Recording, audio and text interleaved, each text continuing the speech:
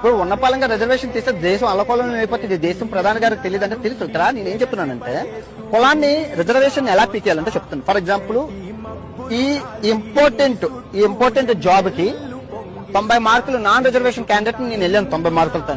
Reservation candidate 60 మార్కులు తెస్తే ఆడికి ఇవ్వడం ఏంటి? 90 మార్కులు అహోరాత్రులు చదివి రోజుకి 14 గంటలు చదివిన నాకు ఇస్తావా? రోజుకి 8 గంటలు చదివిన ఆడికి ఇస్తావా? కష్టానికి ప్రతిఫలం లేదు. ఏ రిజర్వేషన్ దేశానికి అభివృద్ధి చెందాలంటే రిజర్వేషన్ ఎలా అవుతుంది? సో అప్పుడు ఏం చేయాలంటే వీడికి 90 మార్కులు రావాలి, నాకు 90 మార్కులు రావాలి. సో ఆడికి రిజర్వేషన్ ఉంది కాబట్టి ఆడికి ఇవ్వాలి. మీరు ఆ సిద్ధాంతం తీసుకోండి. ఈ 90 మార్కులు వచ్చినాడు ఓకే, ఇంకోసారి ట్రై చేసుకుంటాం. ఎందుకంటే 90 మార్కులు తేవడం అనేది తెచ్చుకోవడం అనేది చాలా కష్టం. మీకు అర్థమవుతుందా?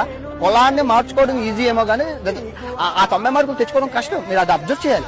సో 90 మార్కులు ఇద్దరికి రావాలి, రిజర్వేషన్ క్యాండిడేట్ ముందు ఇచ్చుకోవాలి. మీరు ఇచ్చుకోవాలి అనుకుంటే అంతేగాని 60 మార్కులు వచ్చిన వాడికి ముందు ఇవ్వడం ఏంటి? 90 మార్కులు వెనకబెట్టండి. అది చాలా తప్పది. దానివల్ల క్వాలిటీ ఆఫ్ ప్రొడక్ట్ మా చెప్పాను కదా, నా టీచర్కి తెలియదు ఇంగ్లీష్, ఆ టీచర్ అయిందని ఇంగ్లీష్ టీచర్ అలా అవుతుంది.